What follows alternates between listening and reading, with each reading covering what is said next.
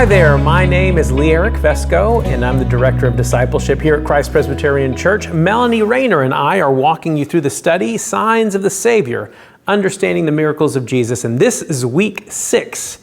And today we're talking about the Transfiguration.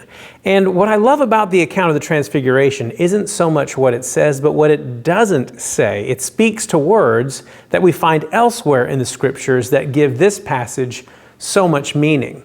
There's meaning beyond the words that we read here in this account, which, by the way, is Mark 9, 2 to 10. So if you haven't read that yet, go ahead and pause the video and do that now. And when you read it, this is something that I love about the Scriptures in general. You can read this passage 100 times. And if we only read the words that are in this passage, we'd miss so much. So the first thing we want to do is back up a little bit. In the chapter just before this one, we have the account of Peter's confession at Caesarea Philippi. Jesus asked the disciples, "Who do people say that I am?" And Peter, good old Peter, right? Never misses a moment to put his foot in his mouth, but he says this time, "You are the Christ." Can I tell you something? This is a monumental statement. Do you know why this means so much in this moment? He's saying we have a deliverer. We have a Messiah. But do you know what else? The kind of Messiah that they were looking for wasn't the kind of Messiah that Jesus was interested in being. You see, the Jews in Jesus' day were quite interested in Jesus being a military Messiah. You know why? Because that's the kind of Messiah the Jewish nation always got from God. Moses, now there's a guy, right? He led us out of captivity and he destroyed Pharaoh's armies too. Same thing with Joshua. We got to go into the promised land because God went before us and destroyed the Canaanites. See? That's the kind of Messiah we're all talking about, right? That's the kind of Messiah we want. You see, and the sooner you realize this about the Old Testament, the more it will make sense to you. Everything in the Old Testament is a pointer to what Jesus would do in the New Testament. That's what our last study was all about, right? Everything, this is what Jesus tells us in Luke 24, everything. Guys like Moses and Joshua were shadow pictures of the ultimate deliverer, Jesus. But Jesus wouldn't deliver us from the oppressive rule of Rome, which the Jews were under at this point. Jesus would deliver us from the greatest oppressor of all, sin and death. But here's the catch. Here's the catch. How would this Jesus, the Christ, the Messiah, how would he deliver us from sin and death? How would he defeat the armies of sin and death? The only way to defeat this army would be to satisfy God's holy scales of justice. And the only way to satisfy the scales of God's justice, Hebrews 9 tells us this, echoing Leviticus 17. It says, "Without the shedding of blood, there can be no forgiveness of sin." So, to be the Christ, and this is what Peter was totally missing, to be the Christ wasn't to be the bearer of the sword. The Christ would come to bear the weight of sin, and that would only happen by way of suffering, rejection, and death. And that's what Jesus told Peter after Peter's confession of Jesus being the Christ. He told Peter, "The Son of Man must suffer many things and be rejected by the elders and the chief priests and the scribes and be killed." And if I could paraphrase Peter's reaction to Jesus, it was along the lines of, "What are you talking about, Jesus? No, sign me up for the victory, for the freedom, for the glory. That's what we're here for, Jesus. So stop all this talk about suffering and death. Get thee behind me, Satan." That was Jesus' response back to Peter. "You don't know what you're talking about, Peter." I have to admit something to you that sometimes as a parent, I engage in, bribery.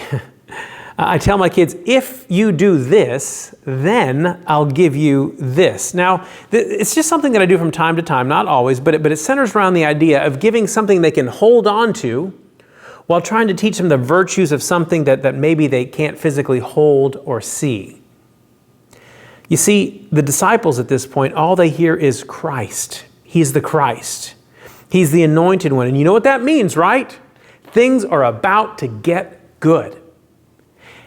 I can clearly see the benefits. I can clearly see the glory, and I'm all in. Wait, what? Suffering? Death? I'm having trouble seeing the benefits here, Jesus. This is not at all what I expected. So what does Jesus do?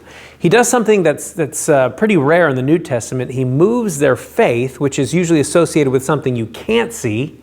He moves their faith to sight. He gives them something visible. He lets them see the glory. He gives them a glimpse of the glory, the part beyond the suffering. And then we get this. We get today's passage where Jesus is transfigured before them.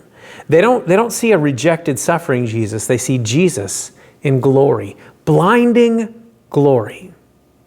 Maybe you're familiar with the account in Exodus 33 when Moses asked to see God's face, and God says, "No way, Moses. No way. You can't see my face and live. The glory of my unveiled presence would blow you away." And it's this kind of glory that Jesus shows the three disciples who are up on the mountain with him. And he's transfigured to that image before their eyes. Are you familiar with the Christmas carol, Hark the Herald Angels Sing? There's a line in that song that says of Jesus, "Veiled in flesh, the Godhead see. Hail the incarnate deity." But here in the Transfiguration, before the eyes of Peter, James, and John, you might say that Jesus crossed the line from the natural to the supernatural, from the human to the divine. His cloak of humanity that veiled his glory was pulled back a bit, just a bit, so that just a bit of manifest deity was revealed and glory became visible. He transformed right before the disciples' eyes. And if all that were not enough, we're told in our passage that along with Jesus appeared Moses and Elijah. What are they doing here? Why not? Why Moses and Elijah? Did it have to be these guys, or could it have been, say, David and Samson, right? Is there something special about Moses and Elijah? When you think of Moses and Elijah, is there something that you should immediately associate with them? Yes. When you think of Moses and Elijah, you should think the law and the prophets. If there ever was a person who personified the law of God, it was Moses. And if there ever was a person who personified the prophets, certainly you would include Elijah in that conversation. So sure, you might say Moses and Elijah are here representing both the law and the prophets, but on the other hand, they're representing the fact that it's the end of an era. The age of the law and the prophets is about to come to an end, and in a somewhat symbolic manner, it's as if they're passing the torch onto Jesus.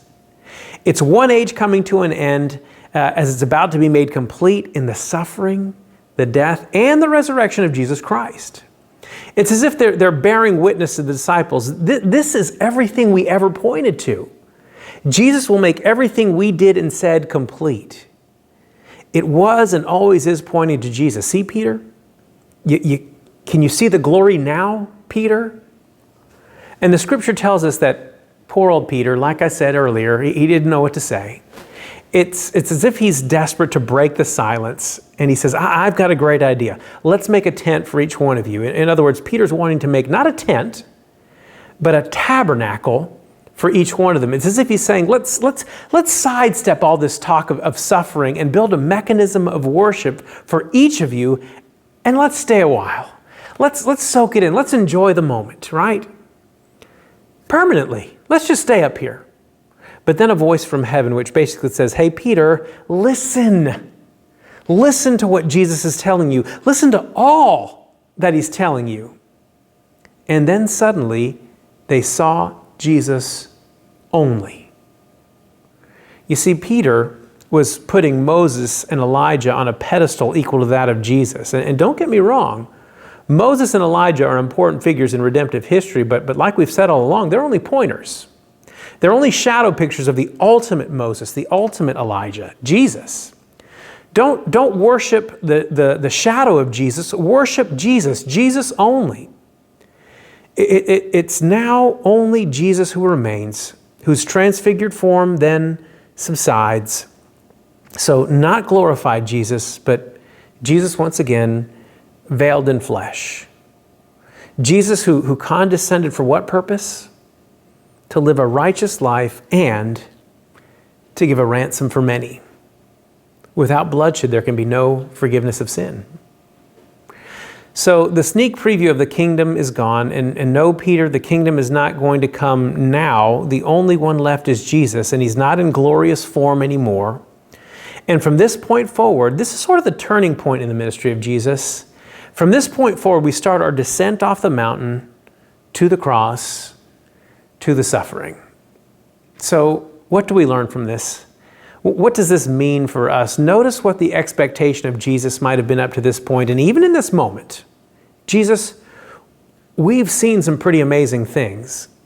And we've learned some pretty awesome things from you. We've said it out loud. You are the Christ. So let's go. Let's do it. Let's do it. Let's get on with the rescuing and the overthrowing. Ready, go. Let's do it. And what does Jesus say? What did the Father say? He said, listen to Jesus. The suffering, that part. We can't fast forward past that part. We can't skip it. This is how sin and death is defeated. I liken this sometimes to medical treatment. Sometimes medical treatment for sickness is quite unpleasant, but necessary. There's no sidestepping the pain. Jesus didn't sidestep the pain. As much as a good idea as it sounded to guys like Peter, Jesus wouldn't. He couldn't. He couldn't sidestep the suffering. He had to do it. He had to do it because this is what God's justice required. The payment for sin, yours, for your sin and mine, that payment is death. That's what God's perfect justice required, and it required a perfect sacrifice. But this is also the path to glory, and this account gives us a point or two. We're seeing a foretaste of not just Jesus' resurrection, but yours and mine too.